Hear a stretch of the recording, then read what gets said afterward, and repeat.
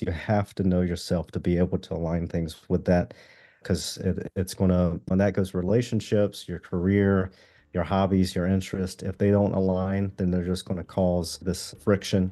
There's always going to be something that there's going to be bumps in the road and it's not Yeah. going to be well, there's going to be bumps in any road, but at the same time, if you align things with truly with what you have going on in your life and as you as a person, things are a lot smoother. Thank you for tuning in to Hacks and Hobbies with your host, Junaid. We're visited by our amazing guests coming from all walks of life. Want to learn their story, their struggles, and their journey on how they got to where they are today. So stick around. In this episode, I get to speak with John Brewer. John is an Army Special Forces veteran with more than 10 years of experience enabling those who act to defend life, family, and country. Knowing firsthand the importance of self-reliance, John has made it his mission to enable and empower others so they may live healthy, thriving lives. John also shares insights from his military experience and how they translate into everyday life. From practical tips for personal safety to fostering resilience in children, this conversation is packed with valuable advice for navigating life's challenges with confidence. Stay tuned for an inspiring conversation. John, thanks so much for coming on to the podcast. Yeah, thanks for having me. John, so you've been doing some amazing things. You've been Special Forces veteran for more than 10 years. Thank you for your service. And I just want to know what you're doing today. What made you get into the space that you are in, and what enabled you to make that switch? Yeah, so today what I'm doing, I have a startup now that is supposed to enable and empower individuals to take better care of themselves. And what that means is the main theme of that is self-defense and more so self-preservation. I don't really like to use the term self-defense too much, but the theme around that is that not only are you protecting yourself because obviously we don't like bodily harm and things of that nature, but we want to protect our lives because we want to have a purposeful and meaningful life. And so that's why it's got a little bit more to it than just the normal self-defense or self-preservation piece. And so what I ended up doing is I wrote the book to lay down the foundation for the startup, and the book just goes step-by-step process of my perspective on that. And then also, like I said, have themes of self-development in it, because that's truly what it all comes down to is self-defense is not anything more than just self-development in a very focused manner. And then obviously that's borrowed from my military experience. And so I felt after my time in the military that this was my best position to move forward and what I can provide to society in a way. And so this is what I'm moving forward with. Dude, that's so amazing, because I like how you put it. Self-defense or self-preservation is almost like you're making sure that you're healthy, you're making sure that you're in good condition, and so that you can protect those that you care about. Oh yeah, absolutely. And it's something that we do instinctively every day. Now, obviously not maybe not up to a certain level as others, because others train on it on a pretty constant basis, depending on who you Yeah. are.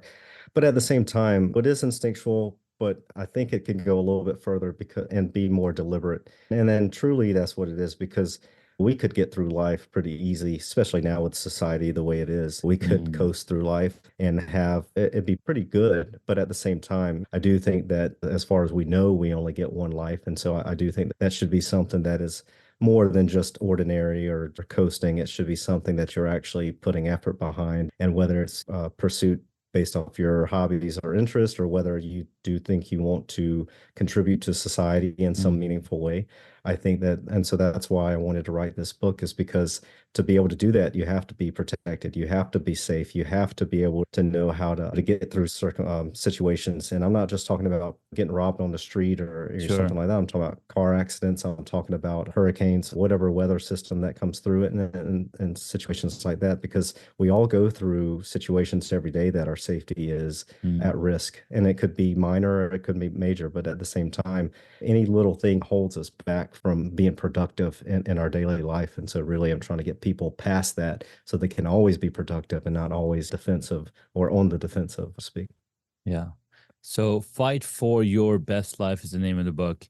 And Mhm. what inspired you to come up with the four principle of survivals?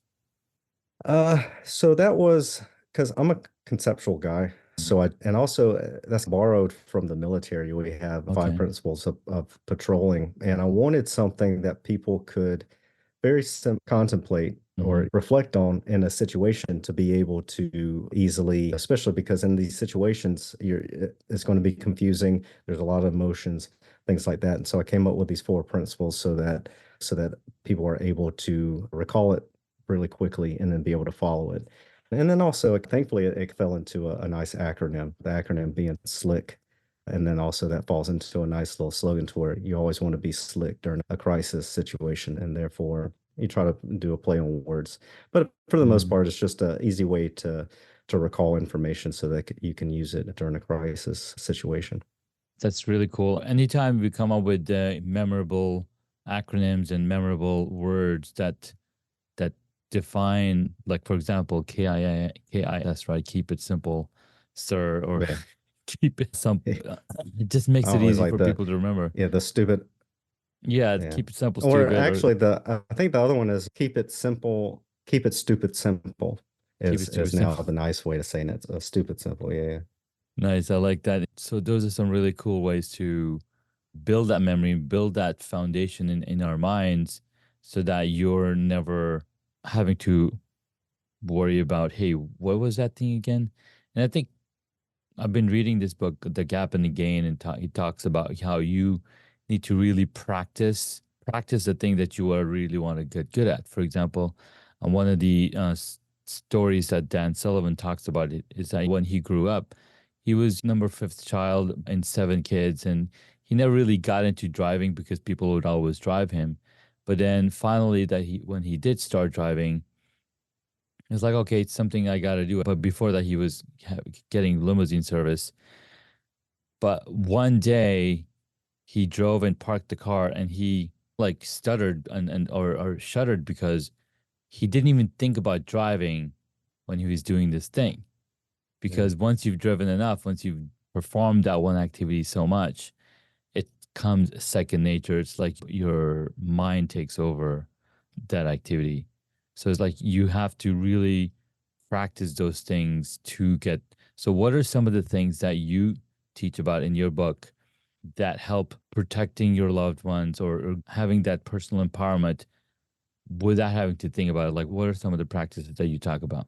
So the main thing is alignment. I think that nothing ever, no hobby or daily activity or Mm-hmm. anything. What's the other word? Is I'm forgetting it now. It's very simple. Anyway, no hobby is going to be easy to take on unless you're actually interested in it or it aligns with what you have going on. And we know that for a fact. And so it has to align with something that you either are interested in Mm-hmm. or are curious about or something, that gives you joy or something like that. So that's the first Yeah. thing. And so that's why I talk about like in the book, the first section of the book is very self-developmental heavy. So and part of that is to figure out what your goals are in life and then also how to protect those goals. And then also at the same time, what you're interested in, and then building programs off of that so that when Mm. you do introduce these new hobbies or activities, they already align with what you have going on. So they're easy to maintain. And with that being said, because I know not everybody is going to feel comfortable with firearms. I know not everybody might want to do combatives like jujitsu or Mm. some type of striking like boxing, Muay Thai, Yeah. things like that. But if you're able to find something that can then relate, we'll just say someone is interested in just being social, right? So we talk about de-escalation techniques and how Mm. those just verbal de-escalation techniques and how negotiation skills and things like that, those are definitely skills that can be practiced and align with what you have going on because obviously everybody talks. So the better you get at talking, the better you Mm. can negotiate in life and the better you can negotiate in a crisis situation if it happens to be a person involved and things of that nature. So Yeah. alignment, I would say, is the big key there and just understanding yourself as a person and knowing, hey, I'm interested in this and I'm not so interested in this. So I know if I wanted to pick up a firearm and go to the range and start shooting, it's Mm. just not going to be my thing. So Right. why waste $400 or $500 to pistol? Why waste that time to go out and do it if I'm just not going to Sure. be proficient at it? And then obviously, if you're not going to be proficient at it, then there's a safety concern because now that weapon is in the house and who knows Mm. what could happen. So that's why I'm saying, it definitely has to be something that you are interested in, aligns with your lifestyle, and then that way everything is more seamless. So I'd say above all else, Having that alignment alignment. is key. No, that's really good to know because I've held firearm, at the range, but that's about it. It's Yeah. fun, but that's to the max that I've played with it. But as we're raising children, I have a 1 year old. You mentioned that you have little ones as well.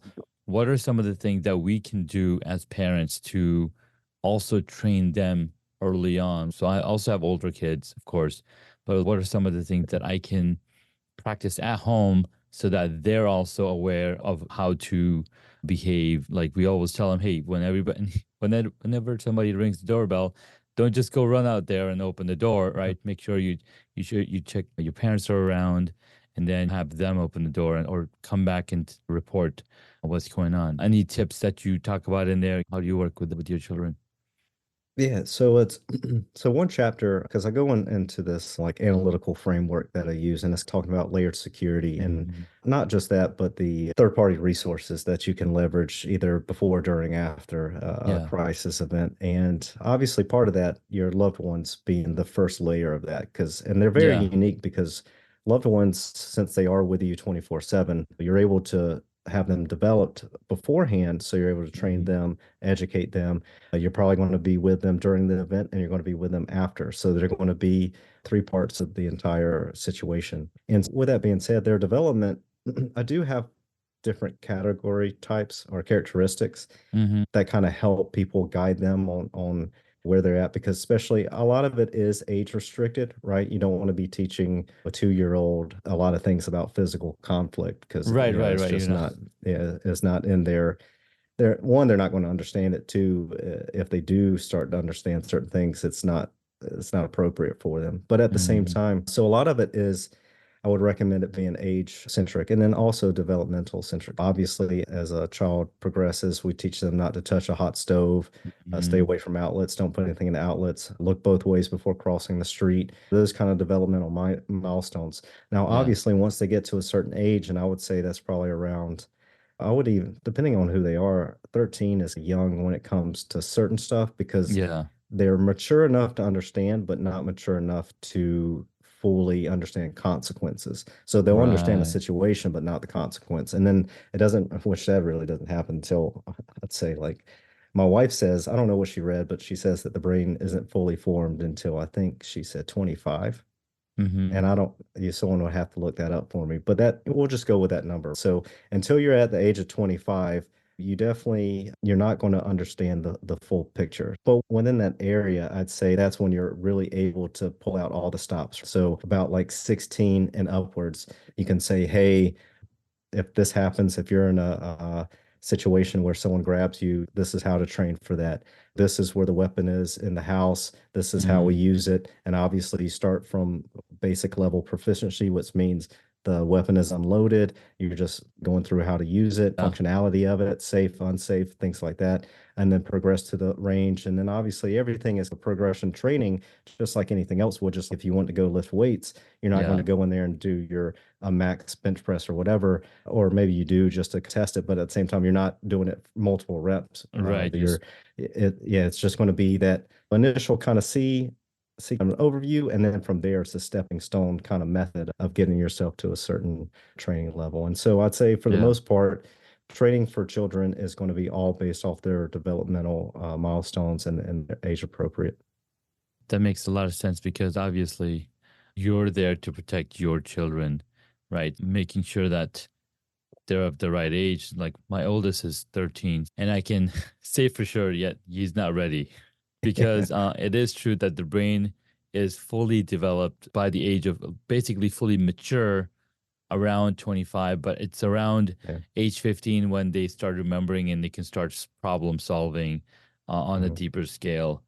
So that's something that, again, it's all comes down to training, right? If you go back in the past, there were kids or teenagers and whatnot in the army and fighting and whatnot. Oh, yeah. And it's crazy how in some places around the world, that's what they were growing up into as well, which is Yeah. Kind of sad. And that's the thing too, is not only the physical or mental ability, because I also characterize the traits by emotional and spiritual Mm-hmm. ability as well. And that emotional and spiritual piece is something that you don't gain until later on in life, Yeah. and maybe even well past 25. But and that's a very key piece too, because in these situations that are life or and death or can be, if you don't handle it in the most ideal way possible, and when I say ideal, I'm not the 100% like perfect, but I'm saying Mm-hmm. at least decent outcome, you're going to feel the repercussions, and it's definitely going to follow you for the rest of your life. And so that's why when it comes to training like this, you definitely have to think about it in a more emotional and spiritual type of way, because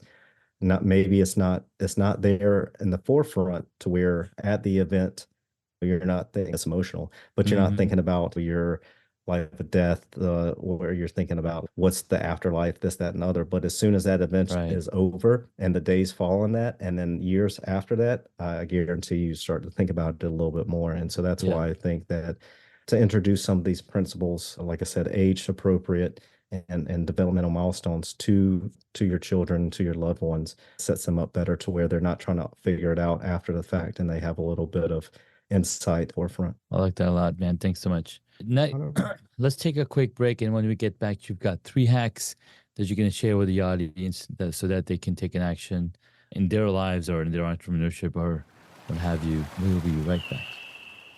Are you ready to amplify your business?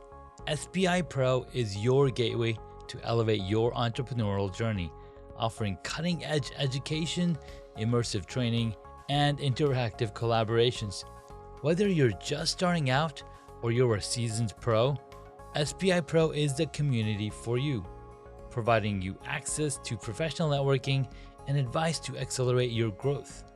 To join, head on over to hacksandhobbies.com/SPI Pro. Join SPI Pro and transform your unique journey into a success story. Again, head on over to hacksandhobbies.com/SPI Pro. Hey guys, welcome back. We'll be talking with John Brewer here, the author of Fight for Your Best Life. I think I got that article. Yeah, Fight for Your Best Life. The book's been out since October of 2023, and it's really powerful. And I can't wait to read more of it because it talks about redefining self-defense, making sure that you're effectively protecting yourself and your loved ones. And John has a few hacks for us to share. So, John, take it away. Yeah. So the 3 hacks, one I've already talked about, that's alignment. And that's with anything and that goes along with kind of self-reflection and self-awareness. You have to know yourself to be able to align things with that, because it's going to, when that goes relationships, your career, your hobbies, your interest, if they don't align, then they're just going to cause this friction. There's always going to be something, that there's going to be bumps in the road, and it's not Yeah. going to be well, there's going to be bumps in any road, but at the same time, if you align things with truly with what you have going on in your life, and as you as a person, things are a lot smoother. The second hack would be to be curious, and that's something that I've learned later on in life, because when I was in high school, even when I was in my undergrad, I didn't doing the normal thing, right? I was a college student, and just I didn't really care about my grades too much. I didn't really care about anything else other than what I had going on in my social life. And Sure. and that's fine, but and there is a bit of curiosity in that too, because obviously then you explore certain relationship situations, things like that. But for the most part, you don't want to become stagnant in the information or education that you carry. You always want to be gathering that information. And I'm not saying everything that's out there, because there's a bunch. What I say is what align, going back to the alignment, whatever align with your interests, hobbies, and what you have going on with your life. And the last thing would be to question everything, right? And that's any information that comes down. You have to do your own research, because if you just take everything for 100% truth, everybody's human. Even if they were a subject matter expert, there might be a aspect of it that doesn't apply to your life, or whatever it might be. And so you take it for a grain of salt, you do your own research, and then you apply it to your own life and your methodologies and things of that nature. So I say it's alignment first, stay curious, and then question everything is the 3 hacks that I would recommend to people. And I love that. Thank you so much for sharing. Those are powerful. Those are something that we can implement in our lives, making sure that we're in alignment with what we're going into, staying curious, and yeah, remind me of the third one. Question everything. Stay curious, question everything, and be in alignment. Man, I love those.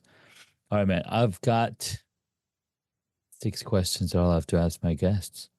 So number one, what is the one hobby that you wish you got into? So carpentry, actually. And I'm still actually planning on getting into it. I've dabbled in it, but actually one thing that I've noticed is looking at me and my wife like to look at the beachfront renovation Mm-hmm. shows. And Mm-hmm. you notice that all of them are contractors. That's who they bring onto the show. So realizing that, I was like, man, I got to get into a little bit of contracting and things of that nature. Because one, there's always work to do around the house. Two, Yeah. I like to be able to make stuff in my hands. So I think it's a good hobby to get into. No, woodworking is a ton of fun, especially when I was doing my beekeeping. I did a built a lot of my own hive stuff, like the Oh, yeah. putting the boxes together, putting all the frames together. So a little bit of woodworking here and there, and of course, I built some of the shelves and chairs and whatnot at home as well. So it's a ton of fun when you get to create something with your own hands. It's a lot of fun to Yeah. Well, also that's watch and actually, experience that. yeah, I was looking into not beekeeping. I have land that I wanted to put some bees out just to Hmm. see what would happen to the ecosystem with plants and things of that nature. So I started looking into that a little bit. I haven't really got too far, but at the same time, that is something that I might be getting into, and maybe I'll build my own boxes, like you say. So Yeah, maybe that'd be my first project. yeah, for sure. And there's a huge community of beekeepers in the area that you live in. I Oh yeah. can connect you with them.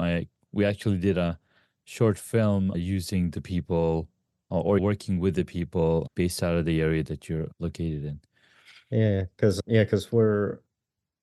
I forgot what it was. I think it might have been we were watching Shark Tank and a guy came on Mhm. and he had these beehives that he was making and wanted to make he had a startup. And then I Nice. started thinking, I was like, yeah, because my land has been I bought it what, 5, 6 years ago, and I've farmed it for timber just to clear out some stuff and then obviously make a little bit of money. But mostly it's Yeah, trying to get rid of pine trees because the I don't want my soil to be acidic. I want it to be, and I want hardwoods. But at the same time, I started thinking, I was like, what else can I put out there? And yeah. then I saw that Shark Tank and it was bees, and I was like, man, I think bees would be pretty cool to put out there just to see what would happen. So I think that is the next thing that I would Nice. introduce out there. Slowly, man. All right, let's jump in to the second question. What did you want to be when you were a child? The first thing that comes to mind, oddly enough, I'm not a tall guy, but when I was in middle school, it Hmm. was a dream of mine to play basketball for UNC Chapel Hill. Growing up in North Carolina, my family, half of them are fans of Duke, half of them are fans of UNC Chapel Hill. Hmm. And once I got into basketball, that was my goal. I just wanted to play basketball for not even like professionally. I just wanted to Sure. play for Chapel Hill. And like I said, I'm not a tall guy, and I ended up not getting into basketball. I got into Mhm. wrestling. And then actually that kind of brought me to where I'm at now with my Nice. career, which is I think a better career. Not saying that being a professional basketball player isn't, but at the same time, I think for me, things worked out the way they were supposed to. It's more in alignment with who you are, just like you Oh yeah. mentioned, right? It's in Yeah. alignment with who you are. Yeah. Nice. It'd have been great to see a 5'6" white dude playing professional basketball, but it'd have been interesting. But no, I think I'm very satisfied for where my life is now. So I I love it, wouldn't take man. it back for anything. Yeah. All right, next up, what is your favorite movie or TV show? Hmm. It's funny. My wife would say right off the bat, The Office. I repeat The Office all the time. It's like my background music speak. Hmm. And then also like it and Parks and Recreation, I would say too. And the reason why I like it so much is because they did a very good job of introducing real themes and making fun of them to where Yeah. it's just it's the way our society is, and we take it for that is normal. And yeah, it's normal is subjective, but at the same time, I do think it's funny and plus it's a very written show, but I think it is funny how they introduce these situations in this environment of the workplace, and they have Hmm. these running themes, and it just works very well together, and it's a nice satire on our society. And so I'd say, yeah, The Office. I like It I is said, I definitely a fun repeat that show. quite a bit. Yeah. That's really cool, man. All right, next up, what movie would you choose if you got to play a character in it? So a movie that's already out and I would be the character. Hmm. I like a lot of Leo DiCaprio's work. Okay. Django is actually one of my favorite movies of his. Not, I Mm. wouldn't want to be his character. I think actually I would want to be his name is Christoph, right? He's the German actor. When in the movie he plays the bounty hunter, Oh, which movie is? Django Unchained. I think his Oh, first name is Christoph. I just can't remember his last name. But yeah, he's a German actor. He plays in a lot of good stuff. And his character in Django is a Christoph bounty hunter. Waltz. Hmm. Yeah, Waltz, there it is. And I would want to be his, like a character like his, because he's calculated and not just like in his tactics, his physical tactics, but also Yeah, mentally. Like he's sharp-tongued, he's witty throughout the yeah. whole movie. And so that's I'm not saying that I've never been known to be witty. I can be funny at times, but not Mm. necessarily. I'm not always on as much as I can be. And for his character in that movie to be always saying the right things and then always doing the right things. And then Mm. obviously at the end, his emotions get him a little bit, and then he does what he Yeah, does and then pays the price for it. But at the same time, I'd say that would be the character I would most want to play. I love it, man. All right, next up, who is your favorite superhero? So superhero wise, hard because one now that which I never really grew up on comics, but I did know obviously the main superheroes, right? And then obviously with Marvel doing what they're doing now, it's become more Mm. mainstream. And I'd say that one of my favorite characters is Deadpool. That now that man, Ryan Reynolds. Yeah, Ryan Ryan Reynolds is Reynolds, playing yeah. because one, he was born for that role. Two, Deadpool is such a interesting character because I say we, always the anti-heroes to where they're, because no one truly is a goody two-shoes, right? And they're, Right. even the people who think they are, they're not, they're more hypocrites than anything. And so that's why I like that kind of, but at the same time, as long as you have that moral compass that keeps you, not saying that Yeah. Deadpool does, because like I said, I haven't read the comics. I'm sure he does some pretty heinous stuff in the comics, but we'll just say in the realm of Marvel movies, he hasn't really done anything too crazy. And so I'd say Yeah. that Fool, because obviously one actually I think his in the comics his he might have been special forces. That was his background. Or some Mm. type of special operations. I don't really remember what it was, but obviously Yeah. he's got some background. Then what happened to him, and then he got his abilities and things like that. But I'd say that would be a character that I'm most, I guess, relate to. Not saying that I'm that badass or anything. It's just more No, something of that would course. more Of so course. anime. Yeah. Yeah, that's awesome. I like it. Deadpool, he really did a lot of work on that character and he pushed it. He pushed it because he wanted that character for himself. And they screwed up his role when he was in Wolverine. Like they basically Yeah. shut him up, right? Like you're Yeah. not talking. He's, you know Yeah. what? Screw you guys. I love talking. This is Yeah. this is who I'm gonna be. And they did a really awesome job for sure. Yeah. Yeah, I'm glad he did that too. And it shows that because there are some, uh, especially in the whole Marvel's universe or whatever it is, whatever the content where the content actually comes from, a lot Yeah. of the actors, they'll just take it just because they need a job, and that's fine. But at the same time, it's nice to see someone who actually cares about the character and the development. And so Yeah. when Yeah. something goes wrong, same thing with Henry Cavill. I don't think he really necessarily liked what was going on with The Witcher because he was such Mm. a fan of it. And so it's nice to have a little bit of passion about what you're working in and things of that nature. Nice. I love it. Cool, man. And last question. If you were a board game, what would it be? If I was a board game, I would probably, I can't say I would be, even though it's popular, I can't say I would be Monopoly Sure. just because that would be giving myself too much credit. Sure. But at the same time, I do think the other thing that comes up is shoots and ladders to where it's because I do try to be simplistic, right? Hmm. I try to be simplistic outwardly, and then maybe inside and in my thought process, maybe it's a little bit more so complicated. But at the same time, I'd say that I do like to present myself in a way that's more simple to understand. And hopefully that's the case. Who knows? Because that's my perception of it. But at the same time, Nice. I think Shoots and Ladders, just because, it's a very simplistic board game. And maybe there's probably a lot more thought process that went behind it. Maybe not. I don't know. Maybe they're just like, hey, let's just throw, this is what it is, and let's market it. But at the same time, I'd say, because I like things to be simple. And so that would be the board game that I would be. Man, I like that. That's funny because my last guest also picked Shoots and Ladder Oh, yeah. as a board game. Yeah. Maybe it's coming back. I will I say know, this right? too. My granddad, he came up with, he was going to try to build a board game, and it was because he was a business professor and he wanted to help people learn, which I think, I'm not going to, Kawasaki, I think is his name. The Guy guy, Kawasaki. Rich Dad Poor Dad. Oh, He has a board Robert game. Kiyosaki.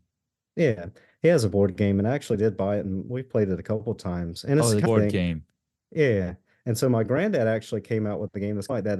But instead of from the view of the cash flow to where you can buy up multiple avenues, whatever assets there might be out there, this one Hmm. is more focused on, I think, one business, and you're running that business from start to finish. And so I was about to choose that, but that also would be giving myself too much credit. It's that there's a lot of intricate pieces that go along with that. So I like to keep it simple. Of course, man. This was a lot of fun. All right, man. Thank you so much for coming on and sharing Mhm. your wisdom, your story, the hacks that you've shared, and those are absolutely applicable and usable for us. Where can my audience find you and your books? Yeah, my website, mindshieldandspear.com, and that's where you'll find pretty much any and all resources because it has links Mhm. to my LinkedIn, it has links to the book, it has I also have a blog now to where it's for subject matter experts and professionals to share their perspectives and experiences on Yeah. everything that could go along with self-defense or self-development or anything of that nature. Hmm. And so I'd say that would be the main spot. Like I said, I'm on LinkedIn.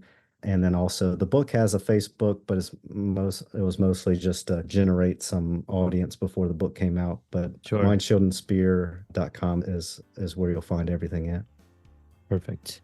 We'll be sure to share the links in the show notes when the episode comes out. And so people can get to your book, they can get to your website and contact you on the beautiful book that you've written here. John, thanks so much again, and I wish you the best. We'll look forward to connecting with you more. We are local to each other, so maybe one of these days we'll be in person. But absolutely excited to have this conversation with you, and super excited to continue building that relationship as authors and as fathers go. Yeah. This is amazing. And till the next episode, catch you later. Congratulations, you made it to the end of the episode. Thanks so much for listening to our guest on this episode. Please send me an email at junaid@hacksandhobbies.com to tell me what you loved about our guest today. You could find links mentioned in this episode on the hacksandhobbies.com website.